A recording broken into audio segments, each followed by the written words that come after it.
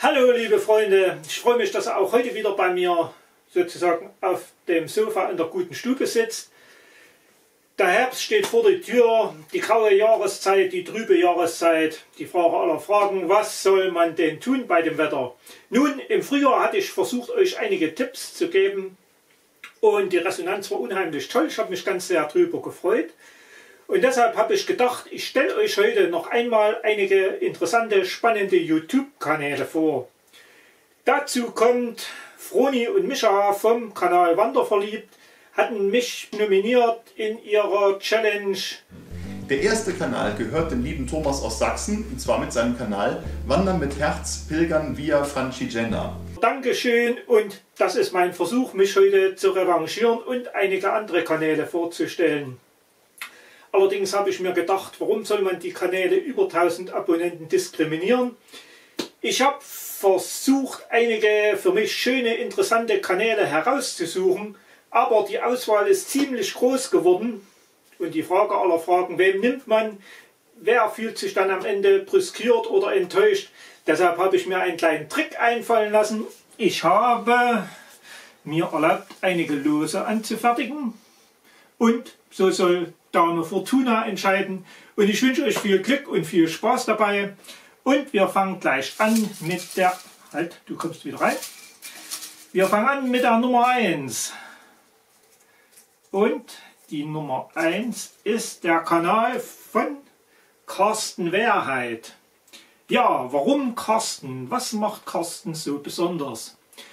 Alle YouTube-Ratgeber sagen, man soll sich auf ein Thema festlegen, spezialisieren und dieses Thema möglichst nicht wechseln. Carsten hält sich da überhaupt nicht daran. Er hat ein unheimlich breites und buntes Spektrum und genau deshalb liebe ich Carsten und deshalb möchte ich ihn euch heute mal ein wenig näher vorstellen.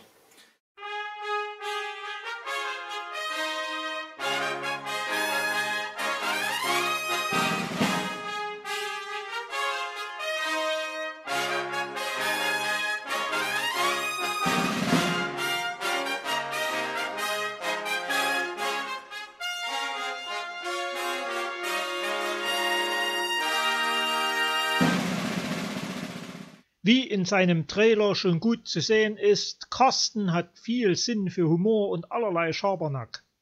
Was ich aber ganz besonders schätze, er ist bei YouTube, um Kontakte mit realen Menschen zu pflegen.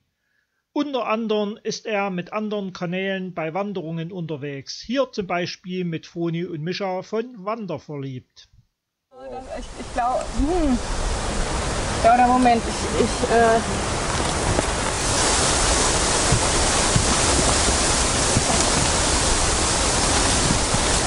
Ja, der ist unterwegs. Nein, ich mach das schon. Nein, es klappt nicht. Nein. Ich versuche noch einmal. Moment. Ah, jetzt habe ich auf deine Kamera richtig Moment.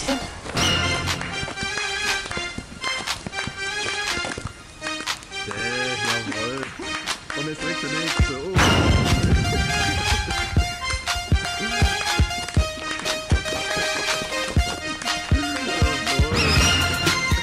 Musik gehört zu Carstens großen Leidenschaften. So ist er auf die Idee gekommen und macht Disco per YouTube. Wollt ihr also eine Party machen und habt keine Lust, ständig CDs zu wechseln? Kein Problem. Schaltet einfach Carstens Video an. Dancehall, geiles Stichwort. Seid gegrüßt an dieser Stelle zu meiner neuen Dance & House Classics für euch. Wobei wir heute mal keine Dance und kein House spielen, sondern ja, Disco aus den 70er und 80er Jahren. Haben wir heute vorgenommen, obwohl das ja nicht heißen mag, dass das dann halt kein Dance ist. Also achso, und keine Angst, wir spielen hier nichts von Boney M oder sowas.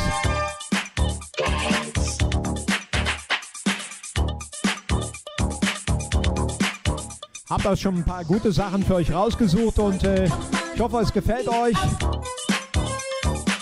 Gemeinsam mit Micha und Froni hat er sich auch diverse Filme vorgenommen und zu dritt stellen sie diese sehr amüsant und unterhaltsam vor. Als nächstes haben wir einen deutschen Fantasy-Film aus dem Jahr 1984 auch.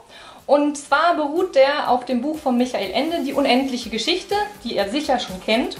Und da wird eben der erste Teil verfilmt. Und besonders bei dieser Verfilmung ist, da eben die ganzen Computereffekte wirklich noch in den Kinderschuhen steckte, dass das wirklich alles sehr aufwendig gestaltet wurde. Also diese Puppen wurden da hergerichtet und mussten von bis zu 15 Puppenspielern da bedient werden.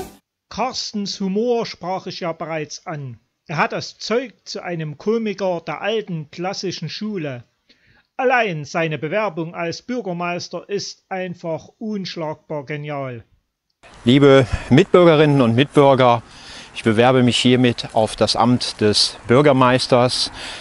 Ja, liebe Mitbürgerinnen, liebe Bürger, wie ich auch finde, haben wir in Waldfeucht viel zu wenig Baustellen, wie diese zum Beispiel.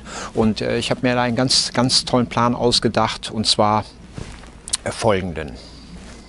Und zwar werden wir in den nächsten 2 Jahren versuchen, den Rückbau der hochklappbaren Bürgersteige wieder in Gang zu bringen. Wir werden also versuchen, dass diese Bürgersteige in Zukunft nach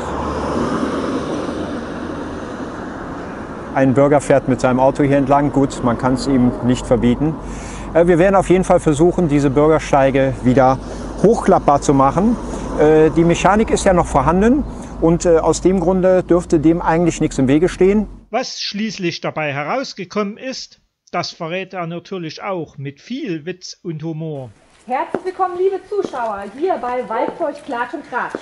Wir befinden uns in der Nähe des ehemaligen Bürgermeisterkandidaten Carsten Wehrheit. Das kann ich euch so ja nicht sagen. Kommt mit rein, dann erzähle ich euch das. Weil...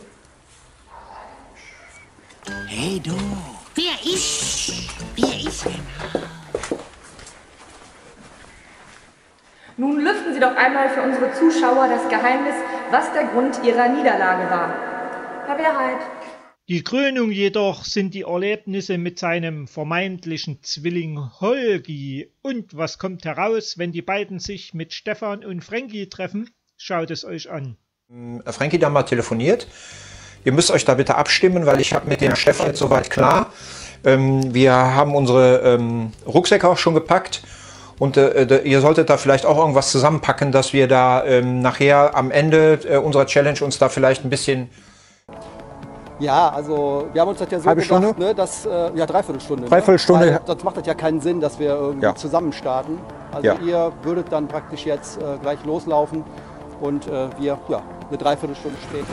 Ey du hast ja wohl jetzt nicht echt vor, da zu saufen, Nein, oder? mehr an Trinken, untertrinken, ich habe ja Durst. Hat doch mal zu trinken bei, ich habe nichts zu trinken bei. Natürlich habe ich was dabei, aber... Man hat doch nicht dabei. Ja, dann sauf doch! Ich hoffe, bei Carsten findet ihr alle etwas für euch Passendes und ich wünsche euch viel Spaß beim Stöbern. Ja, liebe Freunde, kommen wir zur Nummer 2 des heutigen Tages. Die Nummer 2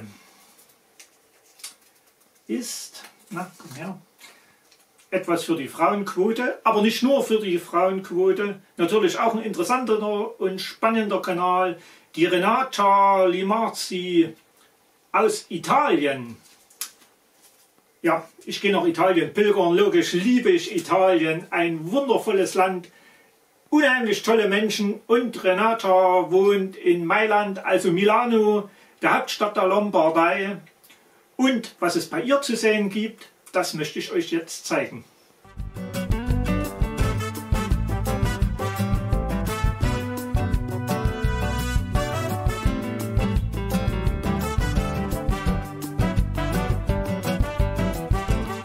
Am Stadtrand der Millionenmetropole Milano ist das Zuhause von Renata.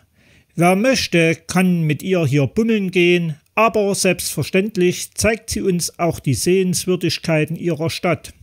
Und das aus recht ungewöhnlichen Perspektiven, zum Beispiel hier auf dem Dach des berühmten Doms.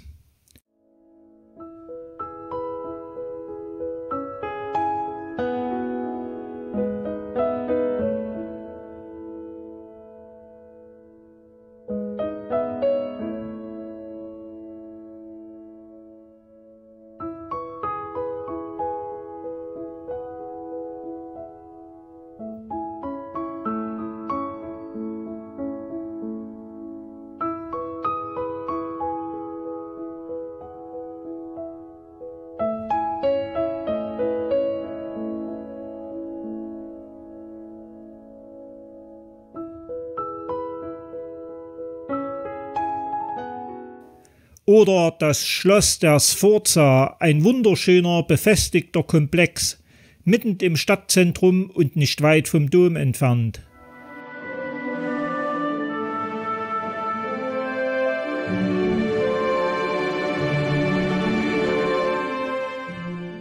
Mindestens genauso schön und im Anschluss gelegen der Park Sempione, der größte und beliebteste Park der Stadt. Wer jedoch mehr von Italien sehen möchte, wird bei Renata ebenfalls fündig. Ob im schönen Aostatal, ihr erinnert euch ganz sicher, wir waren auf unserer Pilgerreise ja auch hier in Barth.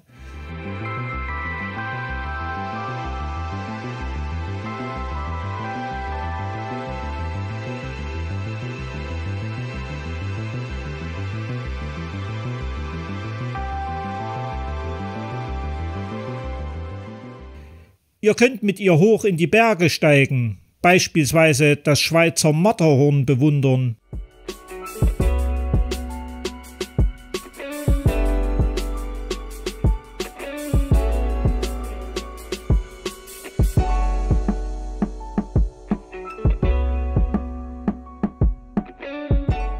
Oder auch das Flair des Comer Sees genießen und noch vieles mehr.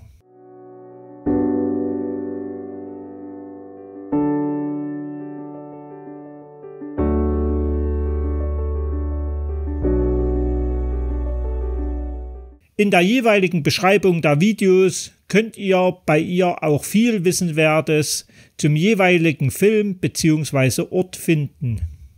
Ja, liebe Freunde, wir sind zurück aus Italien und jetzt kommen wir zur Nummer 3. Schauen wir, wohin die Reise diesmal geht, und zwar nehmen wir dich hier.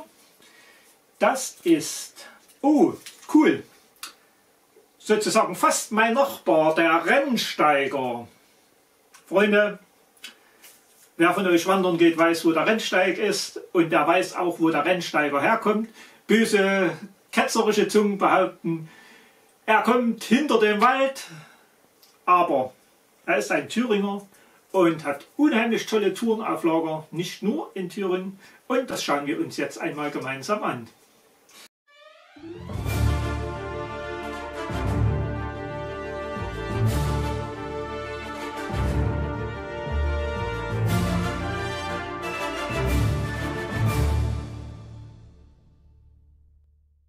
Servus, wir sind heute am Hutalaner Klettersteig.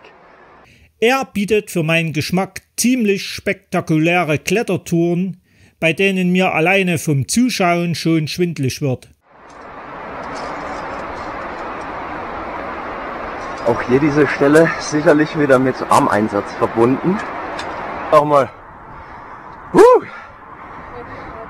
Und die Sonne, sie brennt.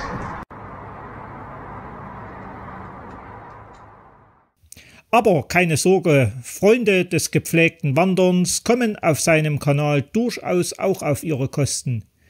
Als Rennsteiger ist er selbstverständlich viel in seiner Thüringer Heimat unterwegs.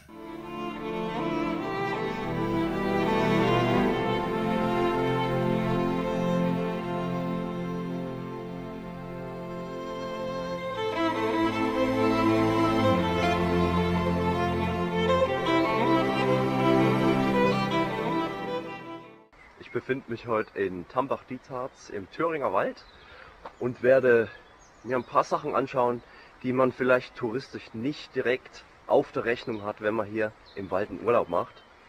Kommt einfach mit, es wird bestimmt richtig gut.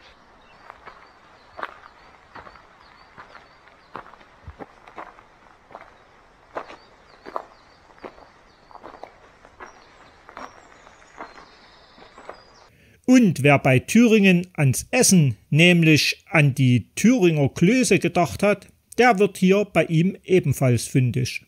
Servus ihr Lieben, heute zum Spezial. Heute machen wir Thüringer Klöße aus Original Bauernkartoffeln hier aus der Gegend und Ahrwängler im Dialekt. Heute gibt es kein Hochdeutsch. Auf geht's! So, wir haben schon mal ein paar Utensilien aufgebaut. Da hier haben wir einen Topf, da kommen die gekochten rein. Dann eine Schüssel, da reibt man nachher ein paar Kartoffeln mit der Kartoffelreibe. Ja, liebe Freunde, Zurück aus Thüringen kommen wir zum nächsten Kandidaten und das wird sein, nehmen wir diesen hier. Oh, jetzt geht's ganz weit weg. Und zwar auf die andere Hälfte der Erdkugel. Victor Hugo Salas heißt der Kanal und das ist ein argentinischer Kanal. Argentinien, ganz tolle Sache. Als Kind und Jugendlicher, ich hatte es bereits erzählt in einem früheren Video, habe ich wahnsinnig gerne gelesen und mich für Geografie interessiert. Unter anderem habe ich damals die Bücher von Eduard Klein förmlich gefressen. Klein hat viele Bücher über die Ureinwohner Südamerikas geschrieben. Und ich finde das ganz toll, dass ich mit Victor Hugo Salas jetzt auf die Reise gehen kann durch Argentinien bis hinunter nach Feuerland oder nach Chile, hoch in die Anden. Ihr solltet es euch unbedingt mal angucken, was es dort zu sehen gibt.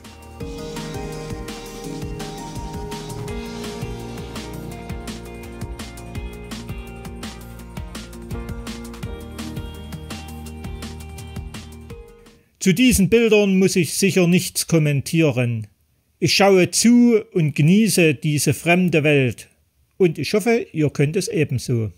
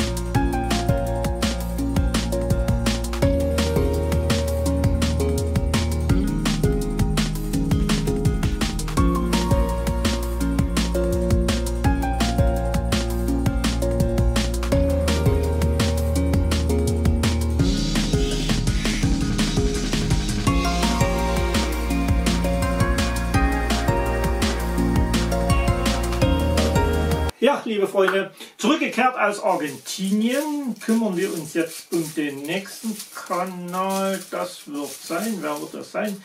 Wir nehmen diesen hier. Oha, das Baumhaus. Das Baumhaus, das ist ein Trupp ganz junger Leute.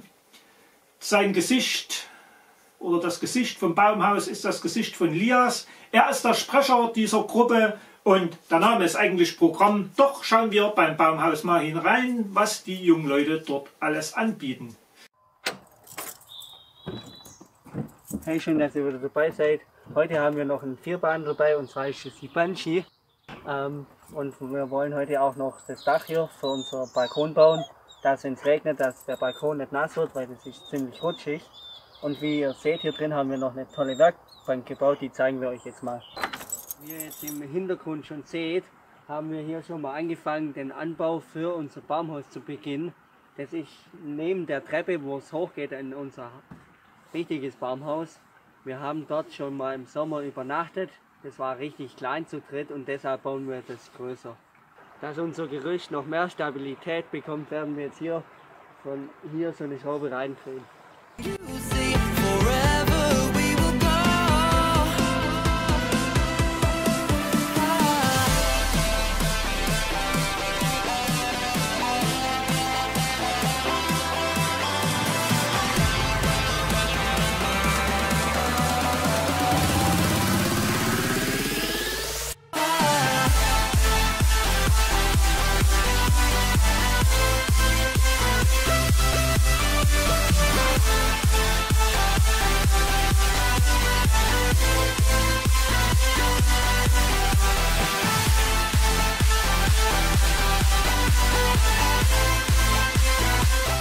Und jetzt werden wir noch den Balken unter uns fest machen.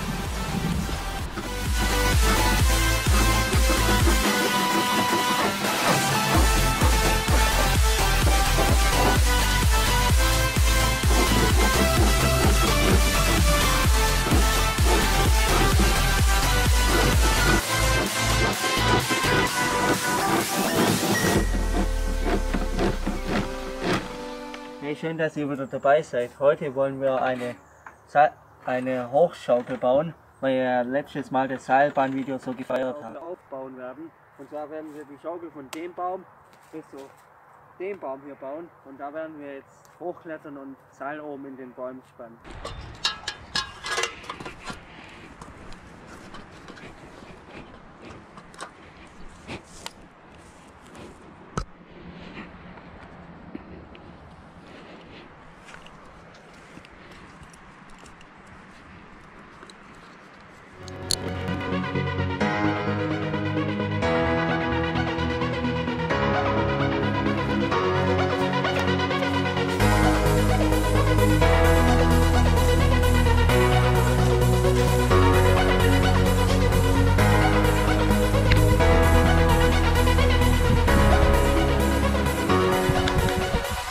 Ja, liebe Freunde, wer sich jetzt vom Bau des Baumhauses ausruhen möchte, dem werden wir jetzt noch was Neues anbieten. Mal schauen, wer das diesmal ist. Und zwar nehmen wir das hier. Das ist Uha. Es geht nochmal nach Italien, noch einmal eine Frau. Und zwar das Hennenglück im Biogarten. Martina stammt aus Südtirol. Und wer glaubt, bei ihr auf dem Kanal geht es nur um Hühner, der täuscht sich und verpasst wirklich was. Schaut unbedingt mal rein. Martina hat auch ein unheimlich breites Angebot. Ich finde es ganz klasse, was sie macht. Also schauen wir mal bei Martina vorbei. Hallo bei Hennenglück im Biogarten. Unsere 4 neuen Hühner haben sich inzwischen gut eingelebt und mit unseren älteren Hühnern Freundschaft geschlossen. Ihr könnt gemeinsam mit Martinas Familie hoch ins spektakulärste Kino Südtirols wandern. Und das hat doch was.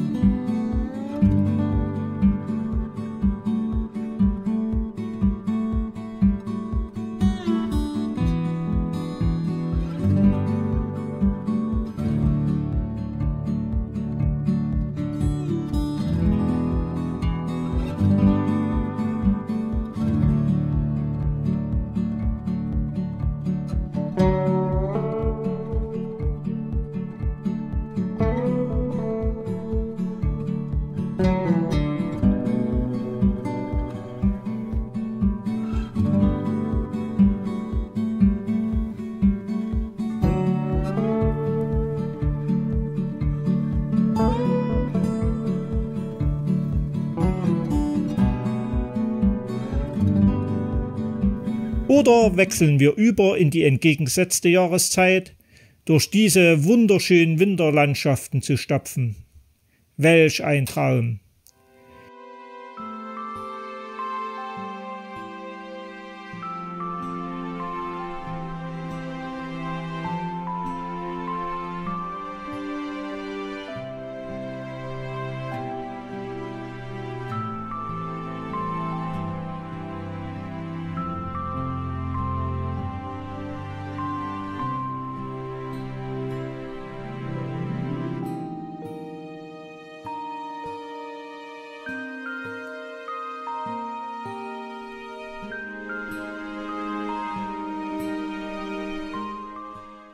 Und schließlich finden, wie schon beim Rennsteiger, die Feinschmecker ganz tolle Sachen. Hallo bei Hennenglück im Biogarten. Wenn du Gemüse magst, bist du hier richtig. Wir backen heute eine Gemüsetorte, die richtig lecker und saftig ist. Und schon geht's los mit dem Teig. Wir brauchen dafür 250 Gramm Mehl, 100 Gramm Butter oder Margarine, 90 Milliliter Wasser und etwas Salz. Ja, liebe Freunde, für heute soll es fast genug sein. Ich denke, einen Kanal zeige ich euch noch und mal schauen, wer das sein wird. Der letzte Kanal für heute ist... Oh, das ist auch was ganz, ganz Spannendes. Der Berggeist 007. Und zwar, der Berggeist 007, da verbirgt sich dahinter Hans-Peter. Hans-Peter wohnt in der Schweiz. Eigentlich seine Filme muss man gar nicht kommentieren. Also die Schweizer Berge sind immer wieder faszinierend und er hat wirklich das richtige Händchen, um die richtigen und schönen Bilder und Videos einzufangen. Ich finde es unheimlich toll, seine Filme anzuschauen. Das Besondere aber ist das Alter von Hans-Peter. Ich verrate es euch nicht, wie alt er ist. Schaut unbedingt mal bei ihm vorbei. Ich finde es wirklich faszinierend, welche Kondition er noch hat, welche Touren er macht und was er für tollen Filme macht. Also ich wünsche euch viel Spaß beim Anschauen.